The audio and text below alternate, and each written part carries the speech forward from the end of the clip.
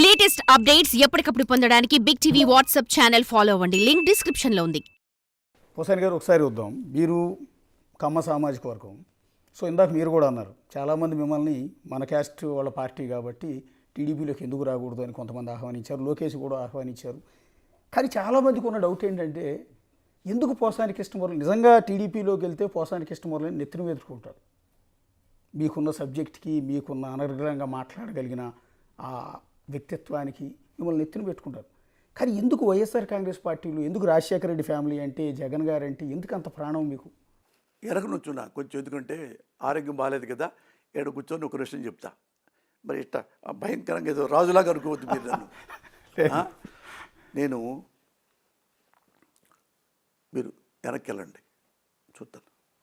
వీళ్ళందరికంటే ఎక్కువగా ప్రేమించింది, రామారావు గారి కంటే కూడా ఎక్కువగా ప్రేమించింది నారా చంద్రబాబు నాయుడు. ఎందుకు చెప్పంటారా?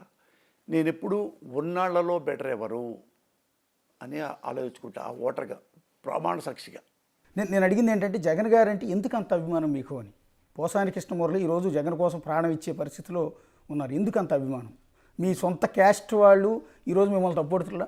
వాళ్ళ నాన్నగారు చచ్చిపోయిన తర్వాత జగన్ గారు ముఖ్యమంత్రి అవడానికి ప్రయత్నిస్తున్నాడేమో అని చెప్పి కాంగ్రెస్ వాళ్ళే సోనియా గాంధీ గారికి ఫిర్యాదు చేసి, ఇతన్ని కంట్రోల్లో పెట్టండి అమ్మా, ఓదార్పు పేరుతో ఏదేదో చేయాలని చూస్తున్నాడు, జనాన్ని అటాక్ చేయడానికి, ఇంతకంటే సీనియర్ చాలామంది ఉన్నారు, ఆయన చెప్పిన తర్వాత చూసుకోవచ్చు అంటే సోనియా గాంధీ గారు జగన్ గారు పిలిపించారు.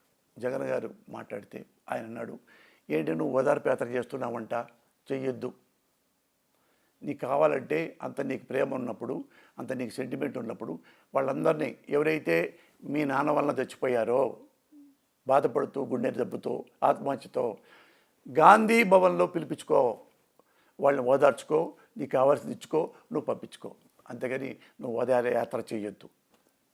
అమ్మ, ఓదార్పు యాత్ర అంటే ఓటర్ల యాత్ర కాదమ్మా, అది మా నాన్న కోసం చచ్చిపోయారు. అయ్యో, మా నాన్న కోసం చచ్చిపోయారా?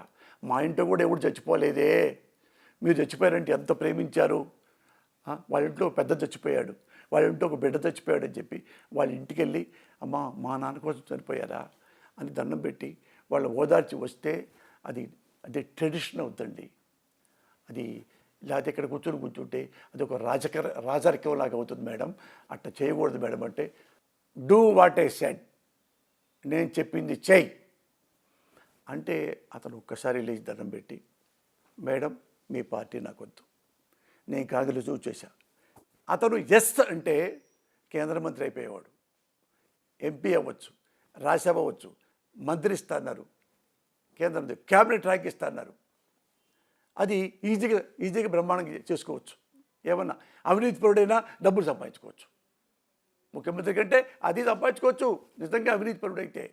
అతను ఇలాంటి పార్టీ నాకు అక్కర్లేదు అని ఆయన సొంతంగా వాళ్ళ నాన్న పేరుతో, ఆయన పేరుతో కాదు, వాళ్ళ నాన్న పేరుతో పెట్టుకొని రాజకీయాల్లోకి వచ్చాడు. ఇది నాకు నచ్చింది. నువ్వు చెప్పావు జగన్ గారుని ఎప్పుడు నువ్వు ద్వేషిస్తావు అంటే, నిజంగా నాకెలా తల్లి ఉందో నారా లోకేష్ బాబుకి అమ్మగారు ఉన్నారు.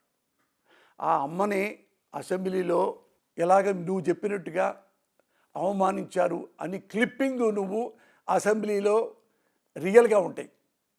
అసెంబ్లీలోంచి అవి ఎప్పుడైనా ఈ క్లిప్పింగు చూపించు ఈ ప్రెస్లో.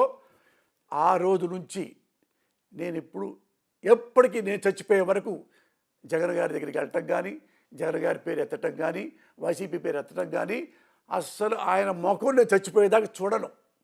కేవలం చంద్రబాబు గురించి, లోకేష్ బాబు గురించి మెడలో బొమ్మలు వేసుకొని, వీళ్ళే ఆంధ్రప్రదేశ్కి భావి నాయకులు, వీళ్ళే, ఈ బాబు కూడా గొప్పవాడు, ఒక తల్లిని ఇంత ఘోరంగా విమర్శించినా కన్నీళ్లతో ఆగిపోయాడు తప్ప ఎలాంటి తప్పులు చేయలేదు, ఎలాంటి రివెంజ్ తెచ్చుకోలేదు అని నేనే ప్రచారం చేస్తా. 100% తల్లి సాక్షిగా చెప్పిన మాట. ఇదిగో మా అమ్మ మా నాన్న ఫోటోలు చూడండి, ప్రజలకు చూపించండి. మా అమ్మ మా నాన్న ఒట్టి చెప్తా. అది కనుక 2 క్లిప్పింగ్స్ నా దగ్గర మీరు కనుక, అందులో ఏ డూప్లికేట్ కాదు, ఆ యూట్యూబ్లు, ఆ ట్యూబులు కాదు, టైర్ ట్యూబులు కాదు. ఇక్కడ అసెంబ్లీకి వెళ్ళి అసెంబ్లీ క్లిప్పులు తెచ్చి తీసుకురండి, ఇది పోసారి కళ్ళు తెరిపించండి అంటే ఈజీగా ఇస్తారు. మీరు లోకేష్ అంటే ఎంత అభిమానమో చెప్పారు. అదే లోకేష్ 2 రోజుల క్రితం మీరు శాసన మండలి సమావేశాలు జరుగుతున్నాయి, ఇప్పుడు శాసనసభ సమావేశాలు జరుగుతున్నాయి. అదే శాసన మండలిలోకి వెళ్ళి పక్కన బొత్స సత్యనారాయణ కూడా అదే సమావేశంలో ఉన్నారు. ఆ రోజు అన్న మాట ఏంటంటే, నా తల్లిని నిండు సభలో అవమానించిన, నోట్ దిస్ పాయింట్, అవమానించిన అత్యంత దారుణంగా మాట్లాడిన వాళ్ళకి మీ పార్టీ టికెట్ ఇచ్చింది, దీన్ని మీరు సమర్థించినట్టు కాదా అని నిలదీశారు. అంటే వాళ్ళ తల్లిని ఏమీ అనలేదు అనుకుందాం, భువనేశ్వర్ గారిని ఏం అనలేదు అనుకుందాం, మరొక కొడుకు వచ్చి నా తల్లిని అన్నారు అని శాసనసభలో అనాల్సిన అవసరం ఏముంటుంది? ఈ లాజిక్ ఎలా మిస్ అవుతున్నారు సార్? నేను అన్నాను కాదు, నువ్వు ఆయనకి చెప్పారా చూశారా నాకు తెలియదు, కాదు ఆయన బాధపడ్డాడు కాబట్టి ఉండొచ్చు, ఉంటే నాకు చూపిస్తానికే ఎందుకు చూపించవు నాకు? నేను కూడా ఒక సమర్థుండే, అంత సమర్థంగా నేను కూడా ద్వేషిస్తా ఆ పార్టీని. ఒక్కసారి పద్దాక ఓకే, ఈ నా మనసులో ఈ పార్టీ లేదు, వైసీపీ లేదు, నా మనసులో జగన్మోహన్ రెడ్డి గారు లేరు అనపోతే అశోక్ నువ్వు నన్ను ఏమైనా చెయ్యి. For more videos like this, subscribe Big TV channel.